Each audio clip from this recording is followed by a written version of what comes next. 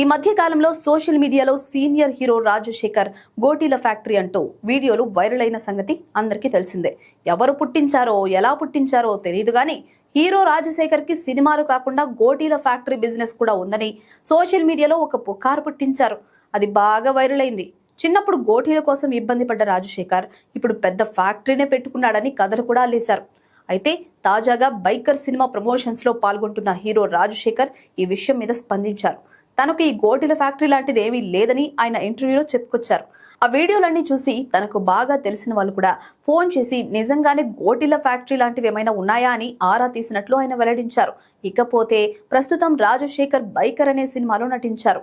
ఈ cinema April 3వ తేదీన ప్రేక్షకుల ముందుకు రాబోతోంది. శర్వానంద్ హీరోగా నటించిన ఈ సినిమాని అభిలాష్ రెడ్డి కంకరా డైరెక్ట్ చేశారు. మూవీ క్రియేషన్ సంస్థ ఈ సినిమాని నిర్మించింది. ఇక ఈ సినిమా రిలీజ్ ముందే టేబుల్ ప్రాఫిట్స్ వచ్చినట్లు ప్రచారం జరుగుతోంది. శర్వానంద్ చివరి సినిమా నారీ నారీ నడుమ మురారి డీసెంట్ హిట్ టాక్ తెచ్చుకోవడంతో అది ఈ బైకర్ సినిమాకి కూడా కలిసి వచ్చినట్లు తెలుస్తుంది. ప్రస్తుతానికి ఈ సినిమా ప్రమోషన్స్ లో రాజశేఖర్ బిజీగా ఉన్నారు.